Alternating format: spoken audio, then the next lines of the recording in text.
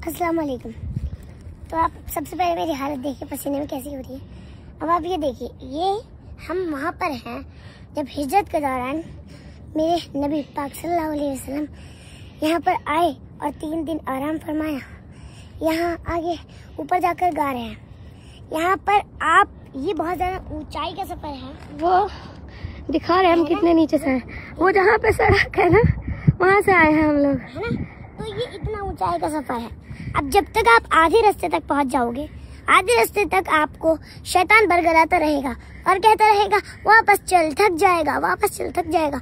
लेकिन अगर आप उसकी बात ना मान के चढ़ते रहोगे, अल्लाह ताला आपकी थकान को दूर कर देगा।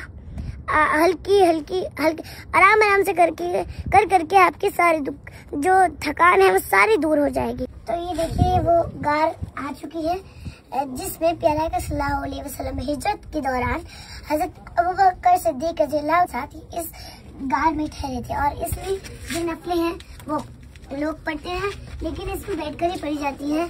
लेकिन मैं तो इसमें खड़े होकर पढ़ सकती हूँ। मेरी अम्मा बोल रही है कि आप किस्मत वाली हो। जी बेशक मैं किस्मत वाली हूँ कि मैं यहाँ पर खड़े होकर नफले पढ़ सकती हूँ। देखिए यहाँ पर ये बिल्ली, वो बिल्ली, और यहाँ से गार से थोड़ा सा बाहर निकल के इतनी बिल्लियाँ मैं बता नहीं सकती। यहाँ पर सिर्फ आपको 2 जानवर दिखेंगे, बिल्ली और कबूतर, बस।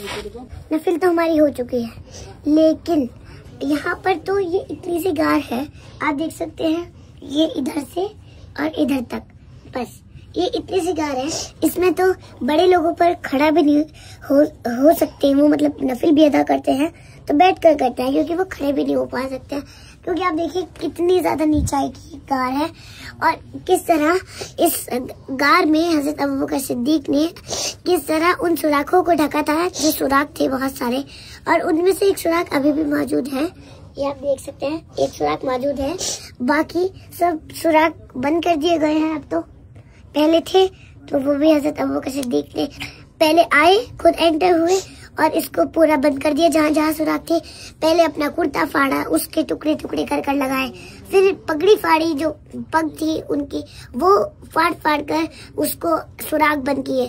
फिर भी एक सुराख बच गया था तो उसमें अपनी एड़ी डाल दी, एड़ी मुबारक डाल दी। तो फिर एक सांप था उस जिस सुराख में एड़ी डाल दी थी, वो सांप आपकी यानी हजरत अबू बकर सिद्दीक की एड़ी में डस रहा था। वो इस मकसद से नहीं कि वो सांप है इसलिए डस रहा था। उसने कभी हजरत मूसा के दौर में सुना था प्यारा का सल्लल्लाहु अलैहि वसल्लम के बारे में कि एक नबी आएंगे, तो वो प्यारा का दीदार करने के लिए उनको डस रहा था ताकि ये एड़ी हटाए और मैं आप सल्लल्लाहु अलैहि वसल्लम का दीदार करूं। तो इसीलिए फिर जब बहुत देर तक डसता रहा, फिर बना रहे हैं वीडियो वो इसलिए क्योंकि और लोग इंतजार में बैठे थे, उनको भी नफिल अदा करनी है, तो ताकि वो अदा कर ले इसलिए हम बाहर आके। चलो मैं आपको बताती हूँ। तो जब सुराख रख दिए, वो सांप डसने लगा एड़ी को, तो जब पहले तो हजरत अबू बकर सिद्दीक ने बताया नहीं प्यारे आका को। प्यारे आका की जो है वो हजरत अबू बकर सिद्दीक के घुटने मुबारक पर सर मुबारक रखकर अपना उनकी आंख लग गई थी। तो जब पहले तो हजरत अबू बकर सिद्दीक ने बताया नहीं, पर फिर उनकी आंख में से आंसू निकले हजरत अबू बकर सिद्दीक की, और वो आंसू प्यारा का सल्लल्लाहु अलैहि वसल्लम के चेहरे मुबारक पर जाकर गए और जाकर गिरे। तो प्यारा का सल्लल्लाहु अलैहि वसल्लम की नींद टूट गई, मतलब उठ गए। तो पूछा कि क्या हुआ है अबू बकर, क्यों रो रहे हो?